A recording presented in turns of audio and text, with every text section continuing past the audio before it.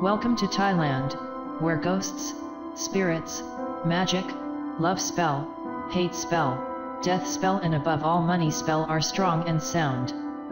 If you go to Thailand and see grown-up people walking with dolls and talking to them like children, don't freak out and think they are crazy. They are just raising a nice little spoiled baby ghost, because that baby ghost will make them rich, will take care of their enemies, and will give them the lotto winning numbers. They call them luck thief dolls.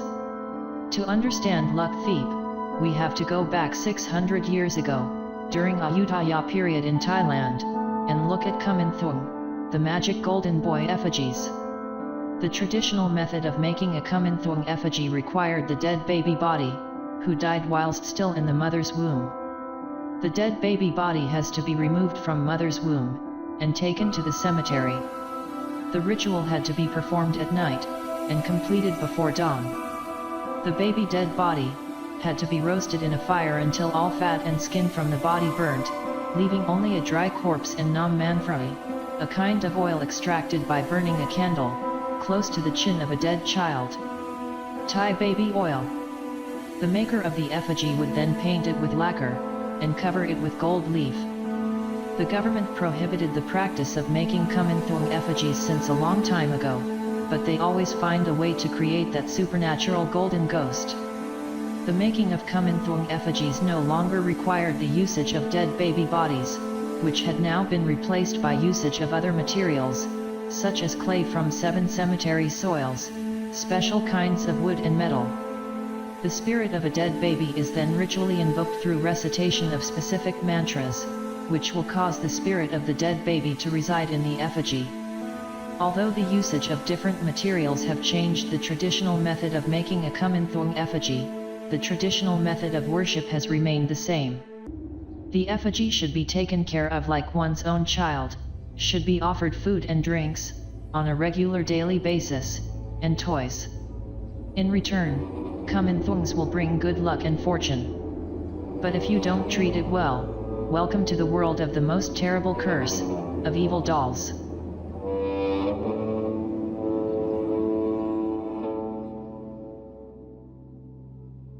The authentic Kumanthong originated in a practice of necromancy. They were obtained from the desiccated fetuses of children, who had died whilst still in their mother's womb. The witch doctors were said to have the power to invoke these stillborn babies, adopt them as their children, and use them to help them in their endeavors. According to ancient Thai manuscripts used by practitioners of black magic, first the unborn fetus was surgically removed from the womb of its mother. Then the body of the child would be taken to a cemetery, for the conduction of the proper ceremonial ritual, to invoke a Kumanthong. The body was roasted until dry, whilst the witch doctor chanted incantations of magical kata. Once the rite was completed, the dry roasted kuman was painted with yalak, a kind of lacquer used to cover amulets and takrut with gold leaf, and covered in gold leaf. Thus this effigy received the name of Kumanthong, meaning golden little boy. The Thai occult tradition of Kumanthong originated in 19th century poet Sun Phu's novel, Khun Chang Khun Phaen. In the story, Khun Phaen, a high-ranking soldier close to the king, earns the favor of a powerful sorcerer. The sorcerer takes such a liking to Khun Phaen, that he offers his daughter in marriage. Unfortunately, sometime after Khun Phaen learns of his wife's pregnancy, Khun Phaen and his father-in-law begin arguing so much, that the sorcerer plots to have Khun Phaen killed. Khun Phaen discovers that his wife has been commanded by her father to poison him, and in a vengeful rage, Khun Phaen cuts his own child out of his wife. With the bloody fetus in hand, Khun Phaen builds a fire at a temple, placing the body on a grill, after wrapping it in pieces of sacred cloth covered in prayers. While Khun Phaen chants prayers, the roasting soon reduces the fetus to a dried out husk, with only paper-thin skin stretched over a skeleton. At the end of the ritual, the violently aborted child had become a ghost, with whom Khun Phaen can speak and communicate, a sort of guardian spirit for his father. Some Kuman effigies were soaked in nam manfroi, a kind of oil extracted by burning a candle close to the chin of a dead child, or a person who died in violent circumstances, or an unnatural death. This is much less common now, because this practice is now illegal, if using fat from human babies for the consecrating oil. Occasionally there are still some amulets obtained through the authentic methods appearing in the market. Some years ago, a famous monk was expelled from the Buddhist Sangha for roasting a baby. He was convicted, but later continued to make magic, as a layperson after his release.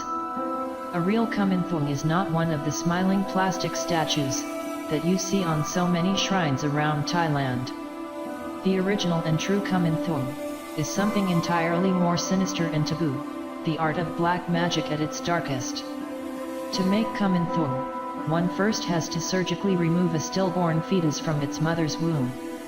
A ceremony must then be performed by someone well trained in the ancient secrets of Thai animist necromancy.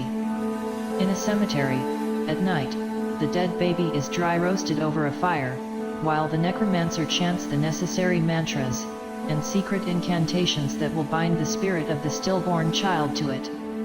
Once dried, the corpse is covered in lacquer and gold foil, which is the original reason for the name Kumanthong. In the most authentic version of the ceremony, a substance called nam manphra is also applied to the corpse. The method of collecting nam manphra is quite spooky in itself. It involves burning a candle under the chin of the corpse of a woman who died while pregnant, and collecting the oil that comes out of the skin. It is said to be powerful stuff and is used in all sorts of folk magic, such as crafting love charms, though genuine nam manphra is illegal.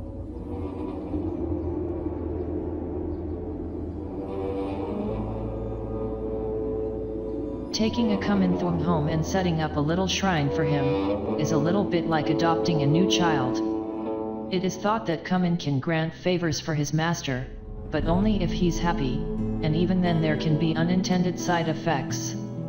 Taking care of Kuman involves giving him something to eat and drink every day. He has a sweet tooth, as most little boys do, and so candy, cookies, or other snacks are considered good food offerings. For drinks, he likes Nam Daeng exclusively. Nam Daeng means red water, and is a kind of sweetened beverage made with bright red artificial coloring and flavoring from the sala fruit. In place of traditional Nam Daeng, red Fanta is acceptable. All gods and spirits in Thailand seem to enjoy this sweet red beverage, which I'm guessing has become a substitute in Buddhist times for animist blood offerings of the distant past. Since Kuman is a child, it's also very common for people to offer toys for him to play with. Just like a real child, Kuman needs attention. You have to acknowledge his presence, talk to him sometime, and then he'll be nice and help you out. Otherwise, he might play tricks on you. People who keep Kuman at home are often reported to have strange things happen, such as hearing phantom sounds of a child's laughter, or the sound of little footsteps running around, as if a child were playing. Other typical poltergeist activity can occur, such as doors seemingly opening, or closing on their own, and other objects moving around. You can't just simply get rid of a Kumanthong once you've already had it. That would be asking for trouble. Instead, you are supposed to take an unwanted Kuman to a temple, where some type of ritual can be done, to release you from the burden of caring for the ghost. Despite the fictional origins, belief in Kumanthong took root in southern Thailand, with widespread belief that these protective ghost children could warn against any dangers that threatened a household. Ancient manuscripts detailed additional steps on how to make Kumanthong, such as requiring the ritual to be completed before dawn in a cemetery, and painting the dry roasted baby with lacquer before applying gold leaf. Other reported cases of Kumanthong involve people buying fetal corpses from illegal abortion clinics. In June 2010, 14 dead babies were uncovered in an abandoned rural home in Ubon Ratchathani province, and a former nurse was charged with illicitly selling the corpses for $30. Later that year in November, 348 aborted fetuses were found wrapped in putrid plastic bags at a Buddhist monastery at Wat Pai Gin, in the heart of Bangkok. They had been bought from 5 different illegal abortion clinics, with the goal of sale to magicians and amulet dealers. Once the news broke, hundreds of people swarmed the monastery to chant for the deceased fetuses, and some even asked whether the corpses would be made available for ritual use.